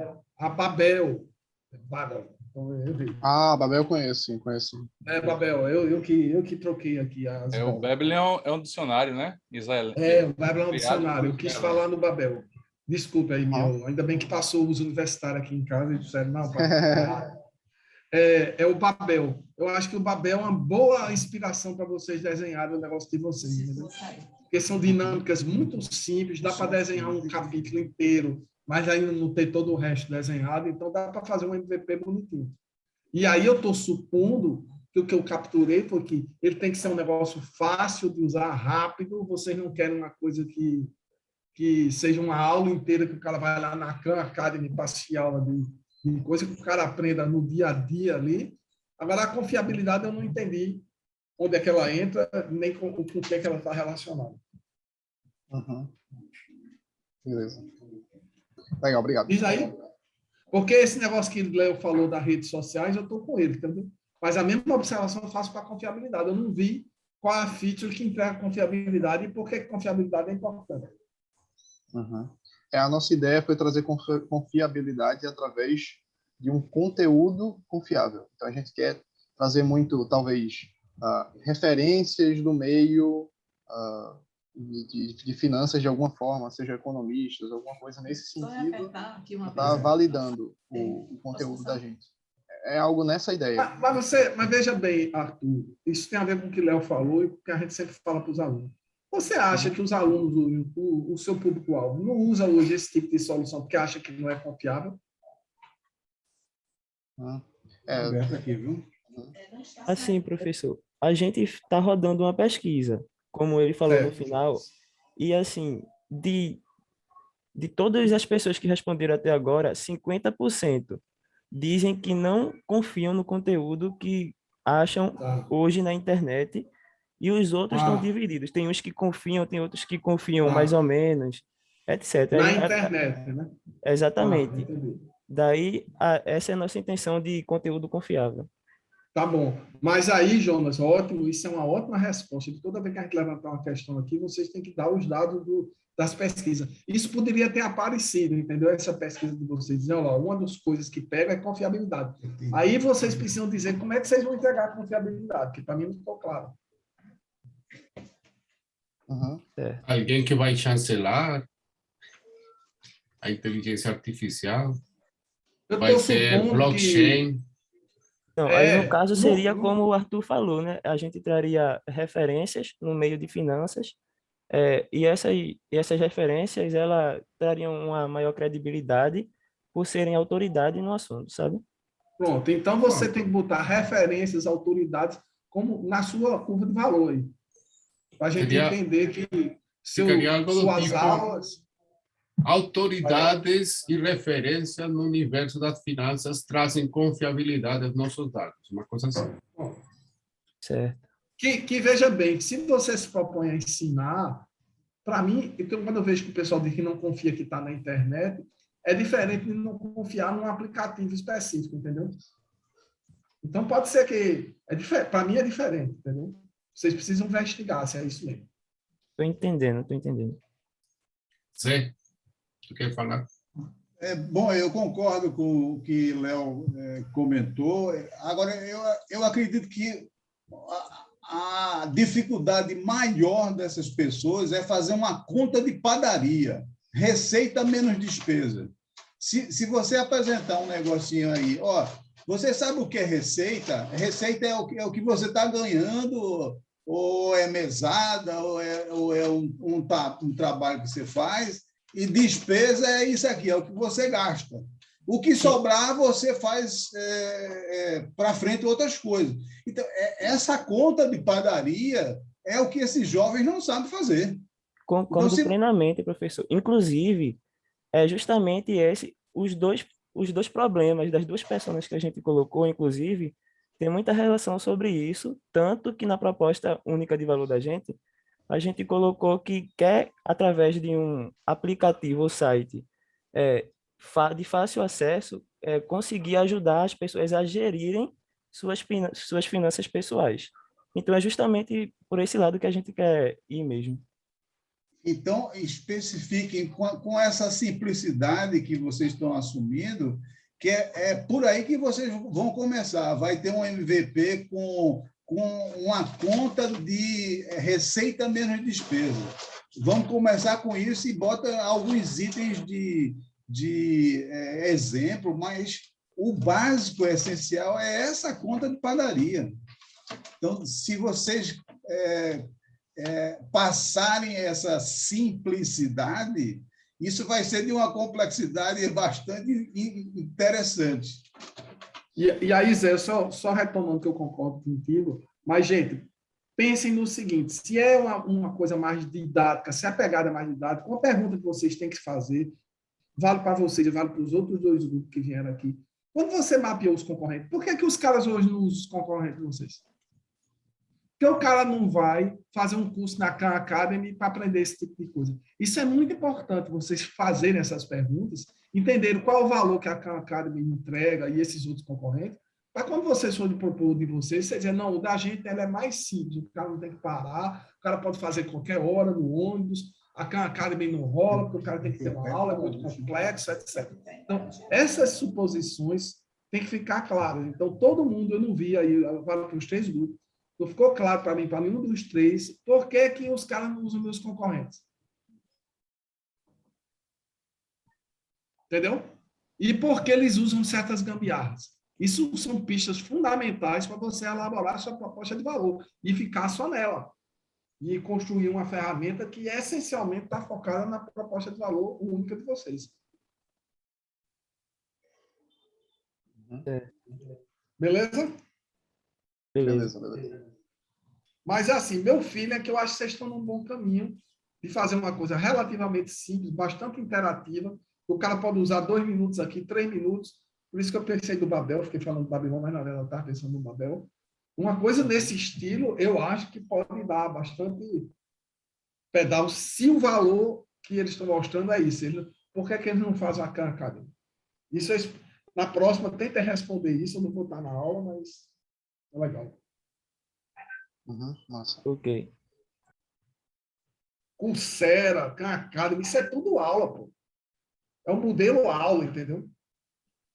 Então, o que é que vocês querem propor diferente do modelo aula e por quê? A gente estava pensando, como a gente colocou, em uma forma de ajudar usando o exemplo do cotidiano, sabe? Por exemplo, o professor falou aí sobre as pessoas não sabem diferenciar receita, despesa, eles não sabem equilibrar isso aí. A gente pensou em tentar trazer isso de modo mais simples no cotidiano, que seja mais fácil das pessoas pegarem intuitivamente. Pronto, Então, essa seria... o valor de você é simplicidade. Então, isso persiga esse valor, simplicidade. E essa como proposta única de valor é muito mais clara do que você apresentou aqui. Com certeza. E veja, ter exemplos didáticos do dia a dia, Khan Academy pode ter também. Então, eu estou achando que simplicidade vai além do que só ter exemplos do cotidiano. Khan Academy é uma aula. Eu tenho que sentar dentro do computador, parar tudo e assistir uma aula. Se vocês forem para uma solução tipo Babel, não é uma aula. Eu estou a qualquer hora aqui esperando meu mundo, já estou fazendo e aprendendo coisa. Incluso seguindo a lógica da jornada do usuário, aparentemente aqui nesse problema existem dois pontos neurálgicos, né? Que o cara fazer sobrar dinheiro no final do mês. Essa pode ser uma problemática na qual vocês poderiam focar e se debruçar a isso. Como fazer com que no final do mês sobre algum dinheirinho? E dois, o que fazer com esse dinheirinho que sobrou? Né? Aí, o negócio fica muito mais claro. Isso, porque... Léo, dá para construir uma jornada, uma simulação, como vocês disseram, simples, onde o cara, de fato, vocês simulam como se fosse um Babel da vida, o passo a passo do cara que tem que tomar uma série de decisões, para aí, no final, você ver se o cara sobrou ou não sobrou dinheiro. Se não sobrou, volta para o começo, para o cara vai fazer e aprender. Dá para desenhar um joguinho simples de quiz, entendeu? Que com esse tipo de coisa. E a outra é uma que eu já tenho dinheiro, como é que eu invisto melhor esse meu dinheiro? Então, esse tipo de coisa dá para fazer na boa. Eu acho que vocês estão no bom caminho, entendeu? Certo. Mas a simplicidade. Veja que no discurso de vocês, apesar dos caras terem dito que não confiam na internet, que é beleza, mas precisa entender que eles estão dizendo eu não confio em navegar na internet e encontrar qualquer conteúdo. Não é o mesmo problema do Academy, Coursera, etc. Então, o que vocês estão falando é de simplicidade. Acho que esse é um valor que faz sentido.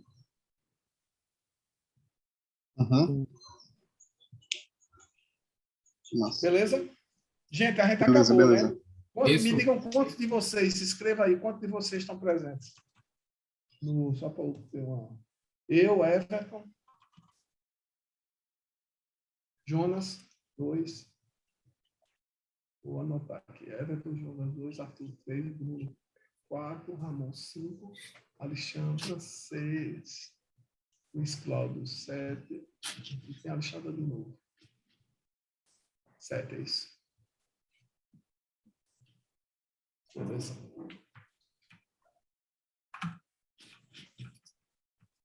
Tá massa. Valeu, gente. Vamos embora. Vamos voltar todo mundo para a sala. Vamos para a sala, sim.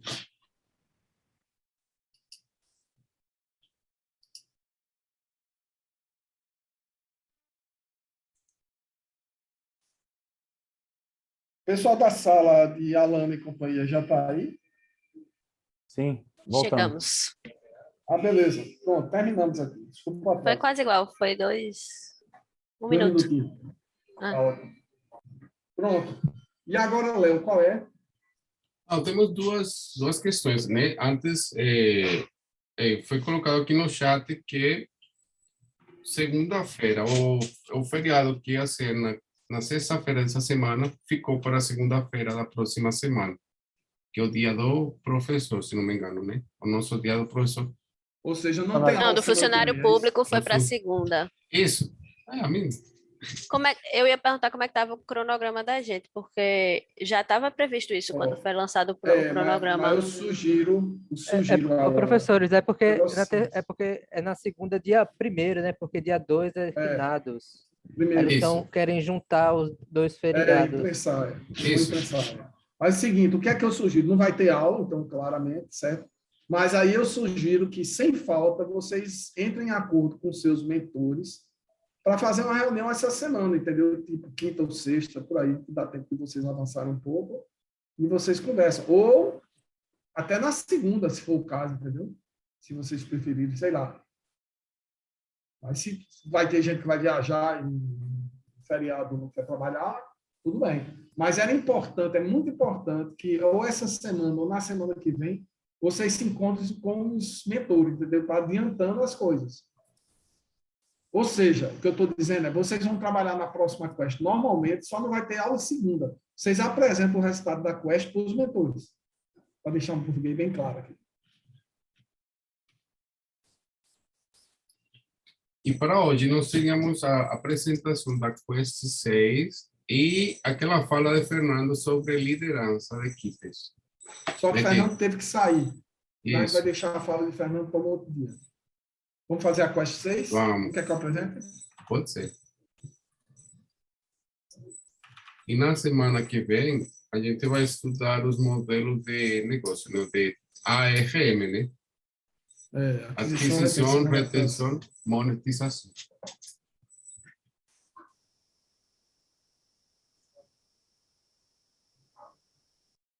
A gente é Quest qual agora, Léo?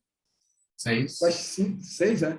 Uhum. A gente já fez a Quest de estratégia de inovação, não, já fez. Beleza, Quest 6, tá bom. Eu vou projetar aqui e vou falar dela. Então, gente, é isso, certo? Se organizem com seus grupos. O pessoal que eu estou mentorando junto com o Carla propôs uma reunião 8h30 da noite. Gente, 8h30. Eu já estou para lá de Bagdá, entendeu? Depois do dia inteiro. Vamos ver se a gente acha um outro horário mais legal.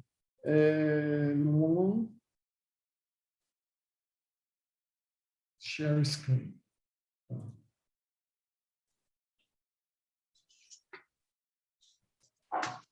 O dele de negócio ARM, certo? Então, vamos lá, gente. É o seguinte, a gente está numa economia, eu vou usar aqui, falar no meio de Chico, André e Zé, então vou correr o risco de falar besteira, mas é o seguinte, a gente está numa economia que tem um crescente para serviço. Você tem desde os serviços antigos, como telefonia, que é um serviço, eletricidade, que é um serviço e tal, novos serviços apareceram, como serviço de e-mail, serviço de armazenamento nas nuvens e tal, e tal. E cada vez você caminha mais para um negócio que o pessoal de software se chama de software como serviço, né? O melhor exemplo são os games, certo? Os games que antigamente eram produtos, uma caixinha, que você ia numa sala, acreditem, os mais novos aqui, você ia numa loja, você comprava a caixinha com os CDs dentro e você trazia e instalava no seu computador, certo? Não tinha stream, não tinha zorra nenhuma, não tinha Steam, não tinha nada, então não era serviço. E hoje, nos jogos móveis, por exemplo, praticamente 100% dos jogos são no modo freemium, né? Que é um modo onde você baixa e instala de graça, joga free to play e o cara vai monetizando ali na medida que você vai jogando. Para que isso aconteça, você tem que ter um negócio que se chama... você tem que estar muito de olho na base de usuário. Quanto maior a quantidade, quanto maior a sua base de usuário, melhor a chance que você tem de seu serviço ser pago, certo? Então, você tem essas 3 fases, que é a aquisição, o Zé vai falar mais disso na próxima aula, mas pode até falar agora, se for o caso, Léo, a gente inverte. A aquisição, você primeiro traz novos usuários para a sua base do seu serviço, para usar o seu serviço. Tem a retenção, onde você tenta manter o máximo de gente usando o serviço, que é a parte mais difícil, que é a retenção. E você tem a monetização, que é alguma daquelas pessoas pagará. Em serviços como telefonia, todo mundo paga, certo? Porque você, se tiver um pós-pago, você não tem como escapar, você paga sempre. Mas em coisas como jogos, por exemplo, nem sempre todo mundo paga. Só é um percentual aí que é menos de 5% dos jogadores que pagam. E aí você tem todo um cuidado que tem que fazer para pensar essa sua arma, sempre levando em conta que o que a gente chama de custo de aquisição, ou seja, o custo para trazer uma pessoa nova, em média, ele tem que ser menor do que o lifetime value, que é o valor médio do que uma pessoa vai fazer gastando no seu serviço. Porque se eu gasto R$10 para trazer cada pessoa nova e ao longo da vida, em média, as pessoas gastam 8, quer dizer que eu estou tendo um prejuízo de 2 a cada pessoa que eu trago. Então, é isso, digamos assim, grosso modo, essa lógica do ARM. Tem um vídeo aqui explicando isso, mas, bom, foi. Aí, quais são as perguntas aqui importantes? Quais são as atividades-chave do seu negócio? Certo? Que aí a gente já começa também a... Não é só ARM, mas tem esse papo aqui. Eu posso botar esse vídeo, entendeu? Não sei se vocês acham que é bom, Léo e companhia, que é o vídeo do modelo de negócio, entendeu? A galera pode assistir depois, não? O importante, gente, é o seguinte. Ó, durante muitos anos, a gente trabalhou com uma coisa como plano de negócio. O que é o plano de negócio? É o filme, certo? Eu tenho uma empresa assim, que tem esse tipo de gasto, esse tipo de receita, e daqui a 2 anos, eu suponho que eu estou com tantos por cento do mercado, e eu vou estar faturando tanto, tanto, tanto. Então, você conta essa história para quem quiser acreditar nela, que nem você acredita direito, mas isso é um plano de negócio. Depois de uns 10 anos para cá, ou menos, as pessoas começaram a não falar muito de plano de negócio, mas falar de modelo de negócio, que é a foto. Não é a foto, não é um filme, certo? Então, assim, de onde é que vem minha receita, de onde é que vem minha despesa, etc, etc. Eu explico como é que é a minha estrutura toda, mas eu não me preocupo em como é que isso evolui ao longo do tempo, porque você não sabe, é tudo muito incerto, é só um exercício de especulação. E aí, Osterwalder, que provavelmente esse vídeo aqui vai falar dele, é um cara que criou um canvas, que é um canvas que você pode desenhar seu modelo todinho. Um único slide, a gente sugere que vocês façam isso e tragam na próxima aula. Um canvas de Osterwalder ou o canvas do Lean, que é o Lean Canvas, que eu prefiro do que o canvas de Osterwalder. Mas aí vocês fazem o que vocês acharem melhor. Então, nesse canvas, você vai explicar sobre quais as atividades do seu negócio. Ou seja, eu tenho um sistema, um aplicativo que roda por trás um sistema assim, um assado, um back-office, não sei como, então eu tenho que manter o servidor, tem que ter gente que faz publicidade, não sei o quê, tem que ter gente que faz o conteúdo das minhas aulas, se for um sistema de aula, por exemplo. Qual é a estrutura do custo do meu negócio? Quanto é que custa para manter essas atividades-chave, certo? Eu tenho aluguel, eu tenho manutenção com isso, aquilo outro, eu tenho um software que eu tenho que se licenciar, etc. Como os clientes vão ficar sabendo da sua solução, que é a parte de aquisição, certo? Marketing, eu vou gastar dinheiro fazendo marketing, para publicitário, em rádio e tal. Como mantenho fiéis os clientes, que é a retenção, certo? Através de atualizações constantes e eventos exclusivos para o usuário, eu mantenho meus clientes fiéis, retenção. Quais as possíveis fontes de financiamento e recursos? Então, qual é o meu modelo de receita? Certo? Eu vou receber dinheiro para onde? Zé vai falar disso na aula dele, mas vocês vão dizer, pode ser publicidade, não, é uma assinatura, não, aí tem as várias maneiras que você tem de monetizar, certo? De financiar. Aqui é aquilo para compra de um equipamento físico, beleza. Pode ser, se você vai fazer um equipamento, se sua solução é um equipamento, você pode ganhar dinheiro com o equipamento e mais, sei lá, com algum serviço que você vai fazer manutenção, atualização, conteúdo, etc. Quanto o cliente estaria disposto para pagar pela minha solução? Essa é uma pergunta importante e você tem que conversar com seus usuários. Se eles acham que aquilo que você está propondo é legal, tem valor, eles vão provavelmente pagar. Lembrando que cliente não é usuário, certo? Você pode, por exemplo, fazer uma ferramenta aí para atrair gente para os restaurantes e o cara que vai para um restaurante, ele é seu usuário, mas não é seu cliente, e você cobra do dono do restaurante, por exemplo. Certo? Qual o potencial de escala da minha solução? Qual o tamanho desse mercado que eu estou vislumbrando? Alguns já falaram, por exemplo, moradia aqui, tem 2 milhões de estudantes universitários que saem de casa para morar fora, etc. Então, esse tipo de dado responde ao problema da escala, certo? E que influências o modelo de negócio tem no MVP? Veja bem, gente, como vocês estão vendo aqui, essa quest pressupõe que você já definiu bem o MVP, o que não é o caso de todas as equipes. Mas projetão é assim mesmo, certo? Projetão é esse negócio meio não linear. A gente pressupõe que você já definiu o seu produto viável mínimo, minimamente viável, certo? E a partir de agora você vai já pensar em negócio. Mas por que ela não é importante, mesmo quando você ainda não definiu totalmente seu MVP? Porque, às vezes, uma decisão de modelo de receita vai impactar no seu MVP, entendeu? É o exemplo que eu sempre dou aqui de uns alunos, anos atrás, queriam fazer um sistema que você plugava no seu carro e ele fazia manutenção preventiva. Dizia, eita, eu acho que o amortecedor do seu carro está com problema, é melhor você, nos próximos 2 meses, ir lá fazer isso. Só que o modelo de monetização deles, eles acharam que devia ser por publicidade. Aí, por ser por publicidade, um cara que faz manutenção preventiva, que só dá um alerta uma vez a cada 4, 3 meses, publicidade não funcionava. Entendeu? Então, eles tiveram que mudar o MVP que eles iam propor para uma outra coisa. Então, isso também é importante. Certo? Então, Geber, eu só queria adicionar que o Canvas é o lugar onde você coloca hipóteses sobre o seu negócio.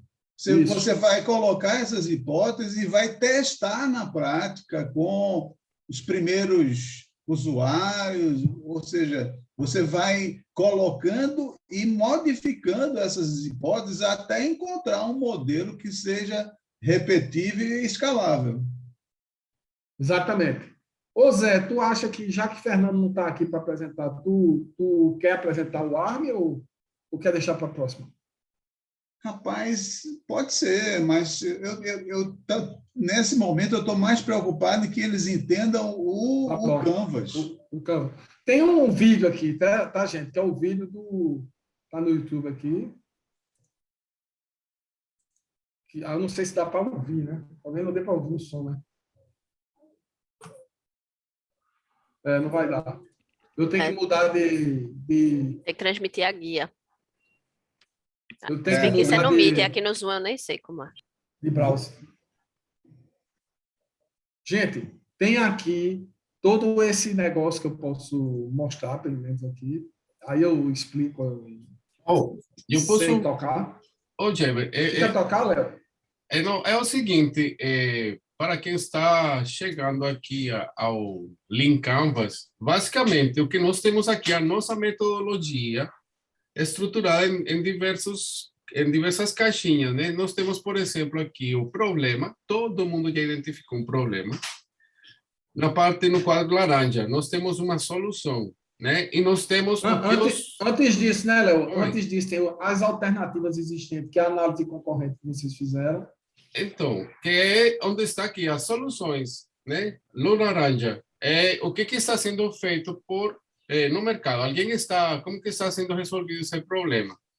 Depois, nós vamos para o extremo direito, onde temos os usuários, né? Dentro desses usuários, normalmente nós temos um grupo mais amplo, e dentro desse grupo, o que nós chamamos de early adopter, o nosso usuário afoito, né? É com esse que você vai estar conversando no dia a dia, perguntando sobre o problema que você está trabalhando, porque é ele que vai lhe ajudar a construir essa solução, né? E quando você chega em uma ideia geral, um mínimo produto viável, algo que entrega valor, que resolve esse problema, você passa para o quadro verde, que é onde você tem a proposta única de valor, né? Algo que ninguém mais faz e que atende o problema que você se propõe a resolver, né? O quadro verde claro é o molho secreto. É aquilo que vai fazer com que sua solução não seja facilmente replicável, copiável, imitável. Você vai ter que colocar barreiras, porque, como nós vimos na lógica do Oceano Azul e do Oceano Vermelho, é muito fácil passar de um para outro, principalmente do azul para o vermelho. Se algo funciona, que você descobre que atende um problema de um determinado segmento de clientes, tenha certeza que vai vir um monte de gente querer copiar o que você está propondo. Você já descobriu um Oceano Azul, vou para lá pescar, né? Então, essa vantagem de lascar é aonde você faz as questões que vão tornar sua solução bem diferente. Depois, nós temos, já pensando em modelo de negócios, o quadro vermelho e o quadro azul, sei lá, os canais, né? Como que você vai viabilizar, disponibilizar a sua solução para os clientes? Como que vai ser entregue? É via plataforma, vai ser B2C, B2B, enfim, existem diversas formas como você vai escoar essa sua solução para que ela chegue nas mãos das pessoas que estão padecendo esse problema e possam fazer alguma coisa. E a partir daí você vai mensurar, né, as métricas essenciais, que são, obviamente, elas mudam dependendo do problema que você se propõe a trabalhar, né? No caso, por exemplo, de, não sei, dos problemas que nós estamos tocando aqui, né? Moradia compartilhada. As métricas seriam, sei lá, satisfação das pessoas. Enfim, cada um cria suas métricas e você vai ter que ter que imaginar o que você pode medir em relação à adoção da sua proposta. E embaixo, nós não temos o clássico, né? Quais são os custos e as receitas que tudo isso aqui gera? Qual é o custo que eu vou ter para manter uma equipe, um servidor, fazer atualizações, fazer publicidade e tudo mais? Isso tudo tem um custo. Mas, por outro lado, eu já tenho que imaginar na minha cabeça como que eu pretendo gerar receita com isso. Através de uma subscrição, através de toda vez que o usuário utiliza meu serviço, ele paga alguma coisa. Vai ser de que tipo, né? Então, basicamente, essa é a narrativa, essa é a historinha que nós estamos tentando construir aqui em Projetão. Não sei se alguém tem alguma dúvida. E aí eu só acrescentaria o seguinte: no final do dia, gente, é o seguinte: o que vocês têm que entregar na próxima quest, que na verdade, vai ser com os mentores de vocês, já que a gente não tem aula semana que vem, é esse quadro aqui respondido, sabendo que várias das coisas daqui já estão respondidas nas quests anteriores. Qual é o problema? Quais são as alternativas existentes? Quem é meu consumidor? Quem é o meu consumidor afoito? Qual é a minha solução? Então, tem várias aqui que já estão com a minha proposta única de valor. Tudo isso já está respondido pelas quests anteriores. E aí vão ter uns novos, como estrutura de custo e receitas, que esse ainda não estão. Métricas chaves, isso ainda não está. Então, vocês vão fazer esse canvas e acrescentando coisas novas, mas traduzindo coisas antigas para cá. Certo? Dúvida? Vocês têm alguma dúvida?